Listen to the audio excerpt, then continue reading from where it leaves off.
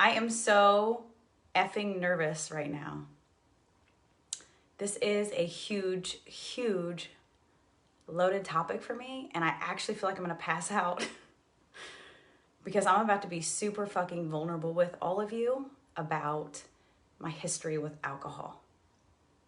My heart is racing.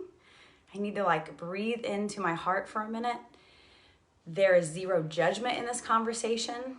If you are drinking right now watching this, please stay, because if it came across your feed, there is a reason that you're watching it. In some way, this is going to serve you.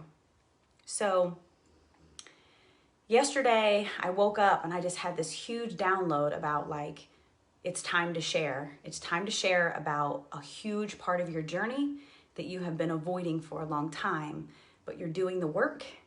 And now it's time to share because there are so many people who are affected by alcohol. There are so many people who have family members who are alcoholics themselves, who struggle with some sort of addiction, and they need love, and they need support, and they need you. I've had a lot of people reach out to me who are alcoholics and asking for guidance. And so I really feel a direct call to address this and to be super, super upfront and vulnerable with you about my journey with alcohol, which has been very interesting.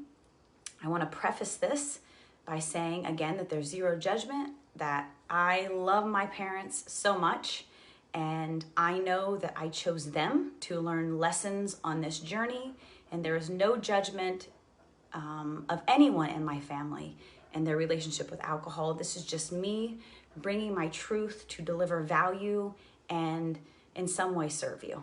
And to serve myself, because I know that every time I speak it, I release it. And this is part of my healing journey. And I am just now to the point where I can sit here in front of you and not throw up or pass out by bringing this to you, and not completely freak out by telling you about this. So I have notes. You know I'm serious when I have notes, because I fucking hate notes, but I really don't want to miss some very important points.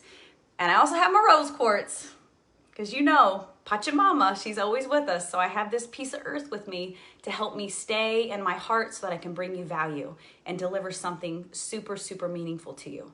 So I want to start with my childhood. My parents were both heavy drinkers when I was younger. And my childhood, when I was very little, was super fucking chaotic. I have a lot of very negative memories related to alcohol when I was younger, and I'm gonna tell you one of them. Shortly after my parents divorced, I think I was around 5 or 6 years old, blocked a lot of that shit out, but I was around 5 or 6 years old. I remember very vividly waking up in the middle of the night to a blasting radio. The radio was so fucking loud, and I didn't know how to turn it down. I was little. I remember walking out of my bedroom into the darkness and seeing the radio lit up and like fiddling with the dials, and I couldn't figure out how to turn the thing down. I finally figured out how to turn it down, and I was really thirsty. And so I went into the kitchen, and there was a glass of clear liquid. I might cry. There was a glass of clear liquid on the counter. And I thought it was water. Well, it wasn't water, it was vodka. And I was so fucking thirsty, and I grabbed that cup of water and I chugged it. And I just will never forget the burn in my throat that I felt while I was drinking that. I didn't know I was gonna cry. And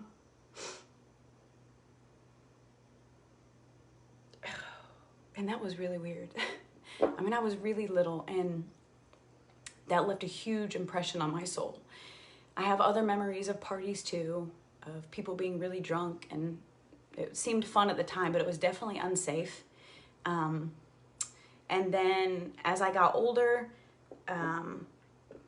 my dad got to a point where he had to quit drinking or he was gonna lose us.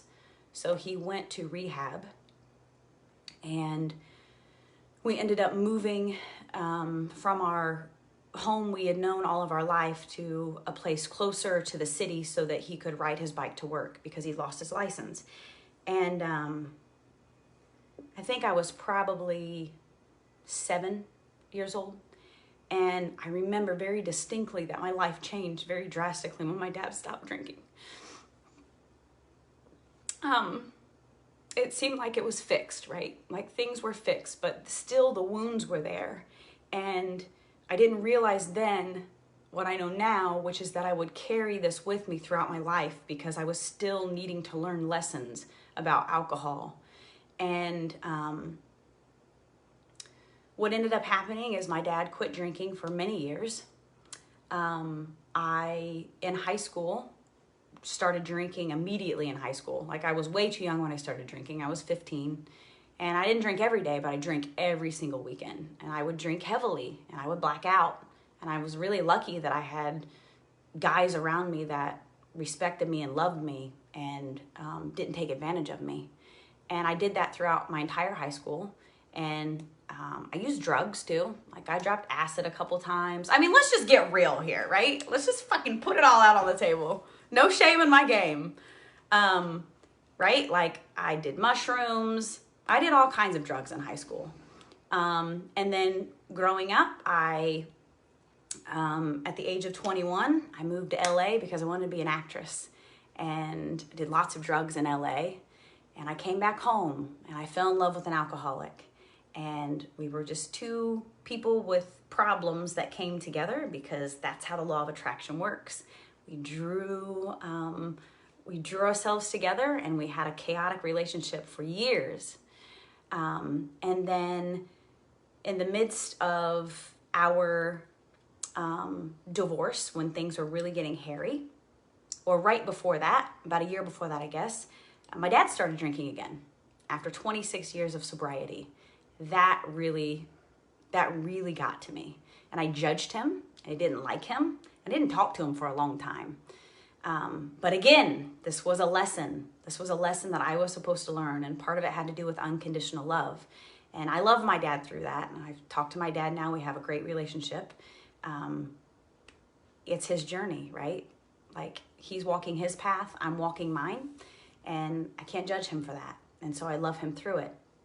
And so then, as my marriage was falling apart, what happened toward the end of the marriage, and this is really the meat of this conversation, this is really what I want to share with you about alcohol and brain chemistry and what it does to your brain chemistry and how it affects the way that you relate to the world around you and how it affects the joy that you experience in the world around you, because this is a very important point, because I'm not judging anyone for drinking. I don't care how much you drink. There's like a bug flying around. I don't care how much you drink. I'm not judging you for it, but I want to share with you what it does to your brain and how it affects you calling in beautiful things to your life. Okay, so this is where it gets real deep. Is about a year before I got divorced, Sophia came to me. You know, she's my little wise woman. Sophia means wisdom. It's no accident her name is Sophia.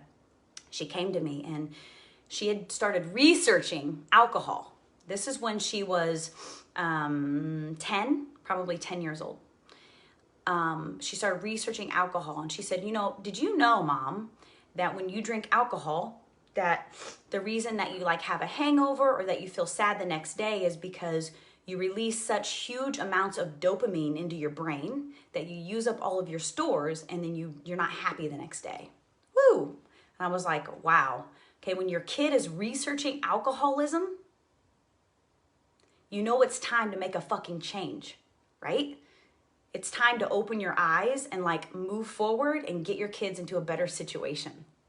And so that affected me on many levels because I was not a big drinker at this time. Once I started having kids, I really didn't drink a ton because when you get pregnant, you've got to stop drinking and it stops everything for you. And men don't have to do this. I'm not judging men. I'm just saying, I think that's a huge part of the reason why I've always been able to like keep my cool about alcohol is because I kept having babies and I kept having to quit drinking, right? And it makes you stop and refocus, and I divert.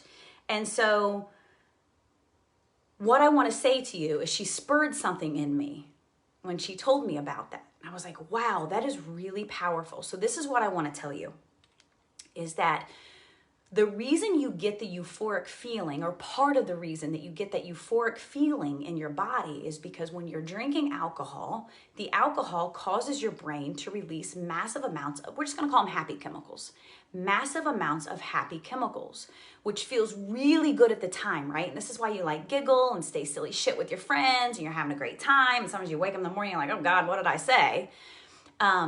Okay, so but then what happens is you're using up your stores. Like your brain makes a certain amount of those chemicals. And so when you use up those stores, the next day you don't feel so great, right? And so think about it. Think about the times where you drank a lot. You wake up the next day and you feel shitty. And you're not able to experience the world in the same way that you were able to a couple days before. Something is off. Sometimes you will have an intense amount of anxiety and depression. Like I used to get very anxious. I remember when I would drink a lot the night before, the next day I would wake up and I would have very, very huge feelings of guilt and anxiety. My anxiety would kick in and I would have all of these negative thoughts, feelings, and emotions arise in me. And I would have to work really, really hard to push those feelings away and to have something to fill the space. And this all goes back to brain chemistry. It all goes back to you jacking up the chemical balance inside of your brain. And so what happens with alcoholics, with people who drink too much, is that they literally no longer feel the normal joy in everyday situations that they used to feel. And so, for instance, going to a park and sitting and listening to a stream, or watching the birds, or seeing a butterfly, or listening to the ruffle of the leaves in the trees, no longer holds the joy that it held before you screwed your brain up with alcohol. I'm sorry, screwed your brain up. That's not a good term. Before you affected your chemical balance inside of your brain, because you have become dependent on the alcohol to give you a rush of those happy chemicals instead of something real, something simple. The simple pleasures in life lose their simple pleasure. And so what I found when I started drinking less is that I could tell that the joy I was experiencing in the everyday world was exemplified. It was like enhanced. And so now that I really don't drink very often at all, going to take a run and then sprinting back and laying on the grass gives me this like amazing euphoric high that alcohol would have given me in the past. And so what I'm saying to you is that if you are struggling, if you know someone who is struggling, I want to let you know that there really is another way. And like, if you can seek out the help that you need and move away from the alcohol in the way that you need to, or whatever substance it is, and I'm not trying to make it sound simple because it's not simple. It is difficult. And I fully acknowledge that and love you through that. But that once you move away from that, the simple pleasures in life really do become simple pleasures. And you don't need that shit. You don't need that stuff, that outside force to give you the inward feeling, because really we're always looking for the feeling, right? And so when we come to a point where we're looking for the feeling from something outside of us, like alcohol or drugs, that feeling is never going to really be fulfilled in a pure, sustainable way, because you're going to need more and more and more in order to sustain that feeling. And your brain is just going to run out of chemicals. And then it's going to alter your personality. It's going to change the way you relate to the people around you. You're going to become disconnected. You're going to fuck your liver up. It's not funny. But okay, so I really wanted you to understand kind of the brain chemistry behind it. And I think I actually covered all my points. I hope that made sense to you, and I hope that that helped you. I just felt really called to talk about alcohol because more people suffer from alcoholism than we really know, right? It is such a socially acceptable practice to just go out and get hammered. It's too acceptable, really. I mean, I don't want to judge, but it amazes me the social norm that has been established around alcohol. But you can't smoke pot. I'm not arguing for either. But it just really is an interesting, topic. And my relationship with alcohol has been very interesting because I would not consider myself an alcoholic. And I don't know, maybe I'm crazy. Maybe I am an alcoholic. I don't think I am. But I have so much guilt and shame around alcohol that it just doesn't serve me. Like I would go a couple months without drinking, and then I would drink like a couple glasses of wine or 3 beers.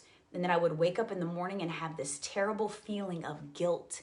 And guilt is a very low vibration emotion. Guilt and shame, they're like way down here.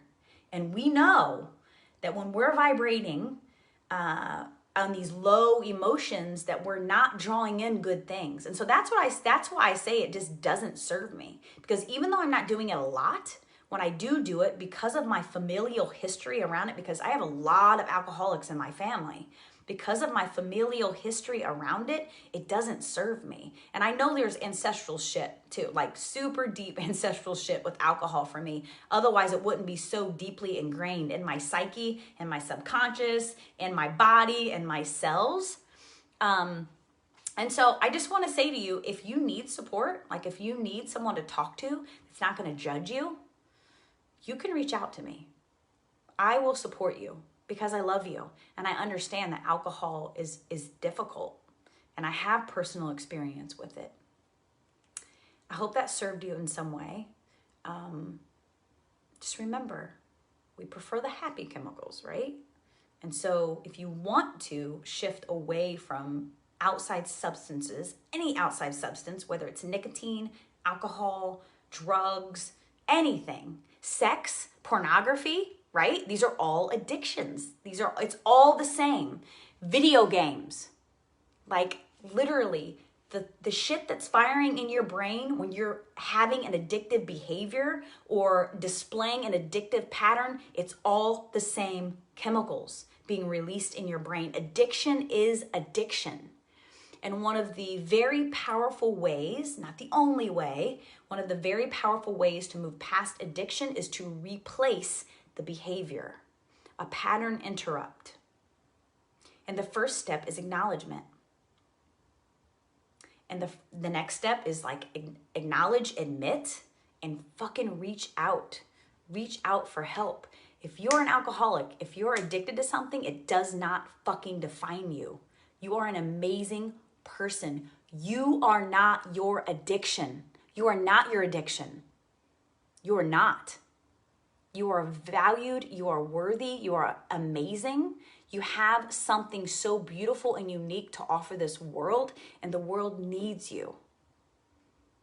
And so tap in. Tap into the divine and ask for help. Ask for help. Reach out. I love you so much. Happy Saturday. I'm drinking kombucha. I have successfully replaced my alcohol with kombucha. It's very good and bubbly. You should try it. I love you, love you, love you. Have a beautiful Saturday. Thank you for allowing me to share. I didn't spill too many tears, but it felt good. I love you. Bye-bye.